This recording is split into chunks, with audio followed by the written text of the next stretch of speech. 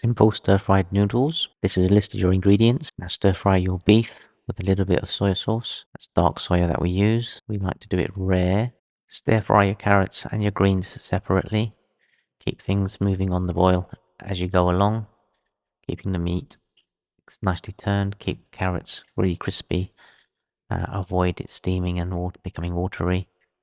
Once you've done that, now you take it off the stove, you add the carrots, vegetables to the meat, continue to mix on a high heat as much as possible. That's meat for 4 minutes and vegetables for 2. Make sure your meat and vegetables are cooked through. Now follow the instructions on how you cook your noodles from the packet. Try to douse it in cold water when you're done so it doesn't overcook. And then now add a little bit of oil and add all of your stir-fried ingredients to it and keep stir frying. Add a bit more soy sauce to that, and that should be ready. And this is what it should look like when it's done. Obviously, chili, more soy sauce, whatever you need to taste. But that is a fantastically simple dish.